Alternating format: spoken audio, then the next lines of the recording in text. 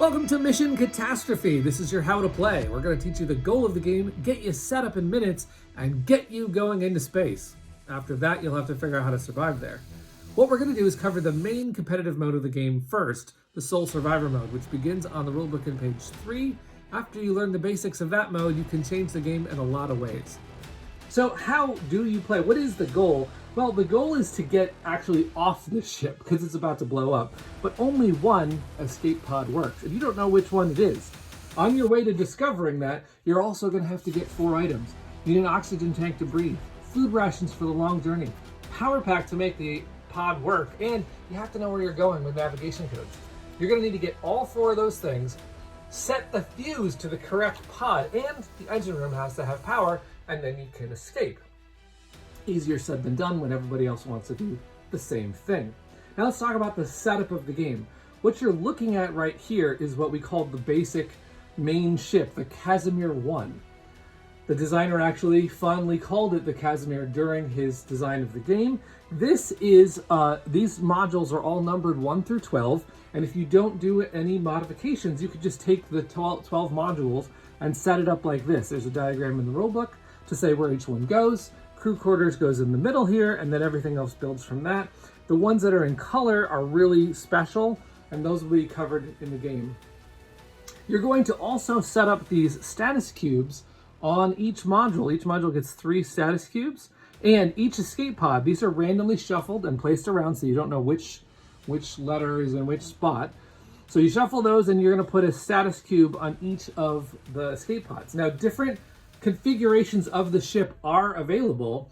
If you go on our website, www.cardboardalchemy.com, there is a ship section where you can look at some suggestions from the designer, and also there is an area where you can build your own ship and print that PDF so that you have something to bring to game night. So we'll talk about that in another video, but for now we're going to explain how to finish setup and get the game going for the Casimir 1.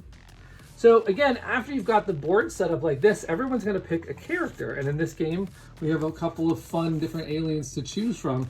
These are just for flavor, so it's just picking your favorite color and alien. If you pick Chad, you'll grab the red mini and you're good to go. You put all the characters that are in play on module number 1, which in most cases is the crew quarters. So we have Chad, Zando, and Gizmo 262. Those characters will be on the board in front of those players nearby. After that, everyone's going to pick a role in the game.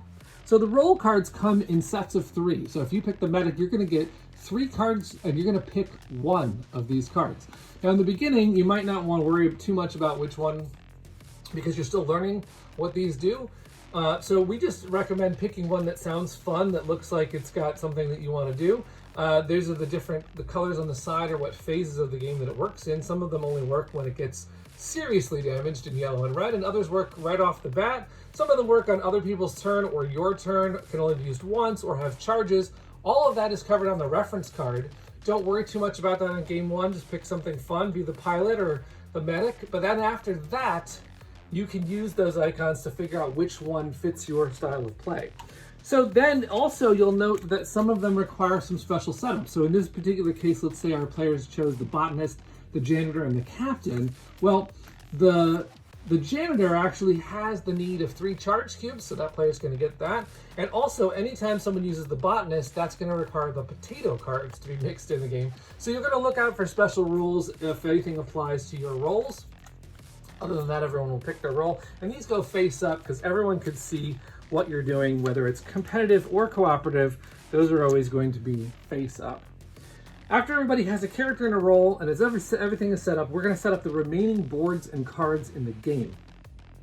The first thing you're going to need is the ship integrity board, and that looks like this. This tracks all the damage on the ship. So as each module takes a hit, you're going to remove these status cubes, and you're going to put them first in the green section, then the yellow section, and then the red section, and then, well, it's game over. And that can happen, so you'll have to watch this to see how you're doing in the game. So keep that ship integrity board nearby. You're also going to need a fuse board. This is what sets the fuse to a working escape pod. And in the main competitive mode of the game, there is only 1 pod that works, so you're only going to need 1 fuse. And we like to keep this nearby the bridge because that's often where you set the fuse.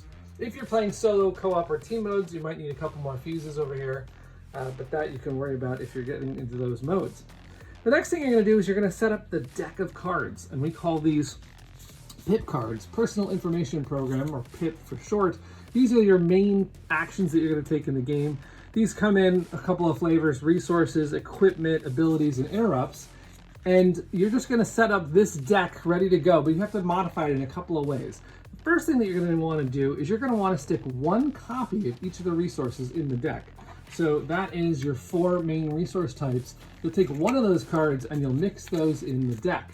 Additionally, you may have other ways that you need to modify this deck. If you have one of our 2 promo cards from Kickstarter, you can mix those in the deck as an option. Those are equipment cards from McGuire Review and Quackalope. You can get those in your game if you have those. Additionally, if anyone is playing the Botanist, you're going to need to stick potato cards either in their hand or in the deck, depending on what role they pick. And the last thing that you might need to do is if you have the expansion, if you're playing with certain modules, you may want to put those module cards in the deck. Some of them are optional, and other of the expansion cards would be required depending on which module is in there. So once the deck is all set up, we'll put that somewhere, and we'll actually take a card to start the discard pile. Oh, somebody lost their spacesuit. So basically, the discard pile here starts because the cargo bay's power is to work off the discard pile, so 1 PIP card will start that off. Then you're going to take the other sets of cards, because there are more oxygen tanks, more navigation codes, and food rations, and so forth, and you're going to put those cards nearby so that everyone can reach them. You do have an option of putting them nearby the rooms that they correspond to, or putting them in one series of cards. So if you want to put them nearby, the food rations are green, they color code to the greenhouse, that's where you're going to go get them, so you can put cards nearby the module that retrieves that resource.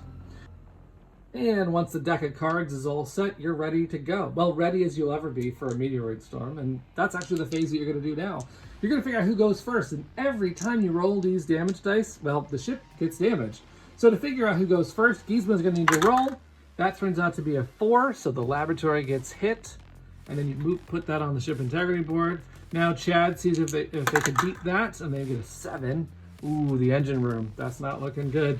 And finally, Xando rolls and gets an 8, so navigation takes a hit. Now in this particular case, if there had been a tie, you would keep going and damaging the ship, but there's not. The laboratory roll wins it, and you're ready to go. Of course, when the first player takes their first turn, they will roll the dice again and damage the ship, and then take 3 actions. So we're going to let you get going, but we want to mention, if you want any reference nearby, there's one card that talks about all the actions you can take. It has all the icons as well if you need any reference there. And on the other side, it talks about all the different modules. Your basic resource modules are in color. All the other ones will explain what they do. Now, this is in the rules, but in case you need that quick reference, have this nearby.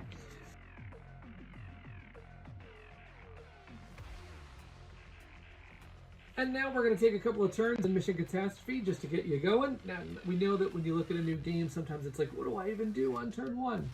It's super simple in this game. You're just taking 3 actions. We're going to go over what those actions are. They're all on a player aid if you need to look at it, but it's real easy. So in this demo, we've got 2 characters, Xando and Chad. They've already rolled to see who will go first. And in that roll, the engine room was damaged and the teleporter was hit. Chad rolled the lower number 7 and will be going first. You always start your turn by rolling the damage dice. So Chad rolls a 7 again, and now the engine room is really down. So let's talk about what Chad gets to do next. You take 3 actions on your turn. So the most basic of those is move. Every space you go is 1 action. So Chad could go 1, 2, 3 to the bridge, and that's it. Turns over. Xando would roll dice and take 3 actions. So they can go real fast like that. But let's say Chad wanted to go the other way, 1, 2, and go to the dangerous engine room. Now, with Chad's last action, what could you do? By the way, this is not recommended since 7 is the most commonly rolled die. Don't go in there unless you have a plan. But Chad has that plan. So now what you can do is you can also draw cards. So Chad also could stay in the crew quarters and draw PIP cards. You start with 3, but you can get more from the deck at the cost of 1 action each. So 1, 2, 3, and Chad doesn't even need to go anywhere to stock up. You can hold up to 7 cards, so now this is just turn 1 possibly, but a lot of people like to go racing off and get the cards later. So what else can you do? Well, you can play cards. You can actually play a card out of your hand for an action. So Chad's got this EVA. That says you can go from your location to any location. So what Chad could do on turn 1 is action 1, pop over to the engine room by playing an EVA card. That does allow Chad to now take some more actions instead of getting over there when it's almost about to blow. The other thing you can do on your turn is you can repair a module. So in this particular case, the engine room is not functional.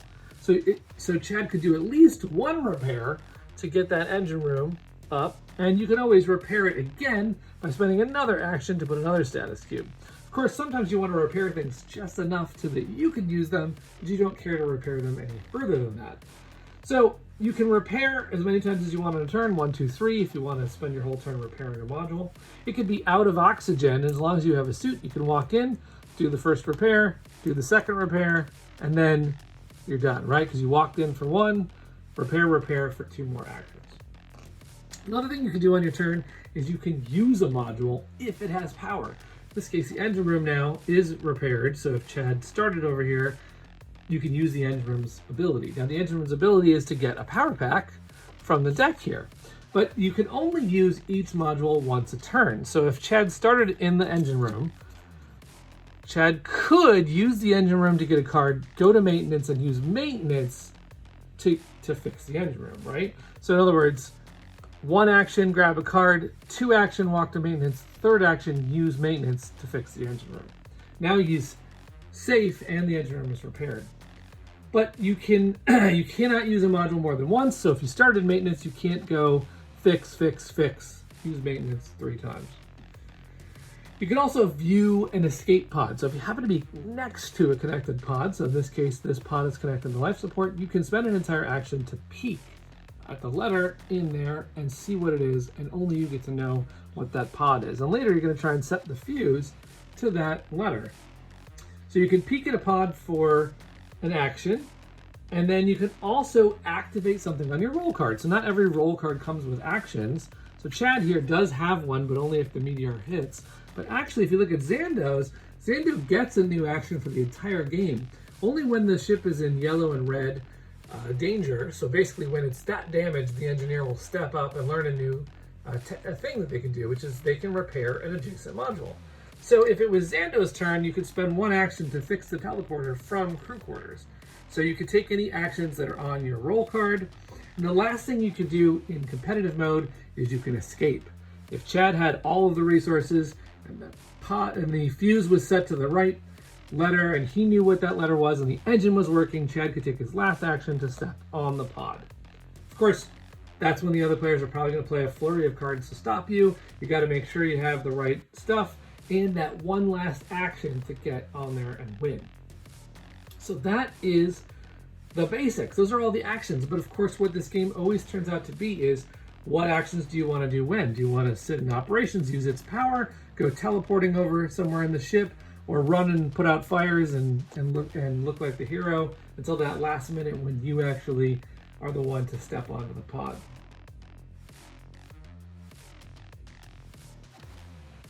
Before we let you go run across the ship, we want to talk about 2 more ways you can change up the game, and one of those is difficulty level, and the other is an optional mode called Under Pressure. Let's talk about each.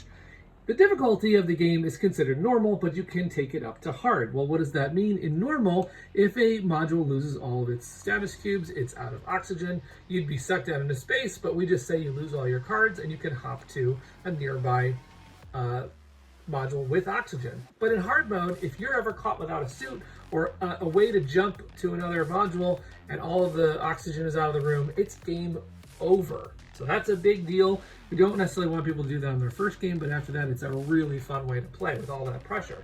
Additionally, in hard mode, if the engine room ever loses power, then nothing has power. The entire ship is dark, which means that you can't use any room until someone gets that working. And it also impacts life support, which has the next twist. If life support is ever out of power, which could happen either by the module itself or because of the engine room, then nothing has oxygen. Now, it's not mission impossible, it is just hard mode, which means you have an entire round of turns before the oxygen is completely gone, and that gives everybody a chance to either get a suit on or fix life support. If you have not done that by that time, your game is over. Hard mode can definitely crank this up a notch because not only you're balancing your cards and trying to figure out how to get to a pod, the ship is failing faster and is definitely more dangerous. The other mode we want to talk about is under pressure. Under pressure is what it does is it adjusts it so that when you get a spacesuit in the game, normally this is a complete safety. When you get one of these cards and you equip it, if nobody stops you from equipping it, then you don't have to be worried about getting sucked into space because you have the protection for the entire game and it can't be taken away. But with under pressure, you're playing where your suit can take damage and your oxygen level can decrease. What that means is that just because you have a suit card does not mean you're completely safe. Every time a meteoroid hits nearby or hits your module, you'll take damage.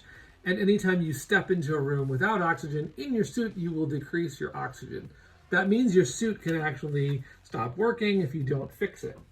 That does change the game as well. Of course, this is your option of how to play Mission Catastrophe. You can play with this mode on and that mode off. You can play with these modules and not those. You can play all sorts of different ways. But we wanted to tell you about those because in competitive mode, a common way to play is to get used to the game and then knock it up to harder modes to really make it cutthroat. So if that's something you're interested in, those are the extra modes to add. And of course, we'll have more modes like solo, co-op, and team mode covered in other videos. We hope you check those out as well. If you have any questions, be sure to ask us in the comments on Facebook or on Discord. We're happy to help you play this game, and we'll even tell you a couple of the designer secrets of how to win. All right, take it easy, and thanks for watching. Remember, work together to save yourself. From Cardboard Alchemy, enjoy the game.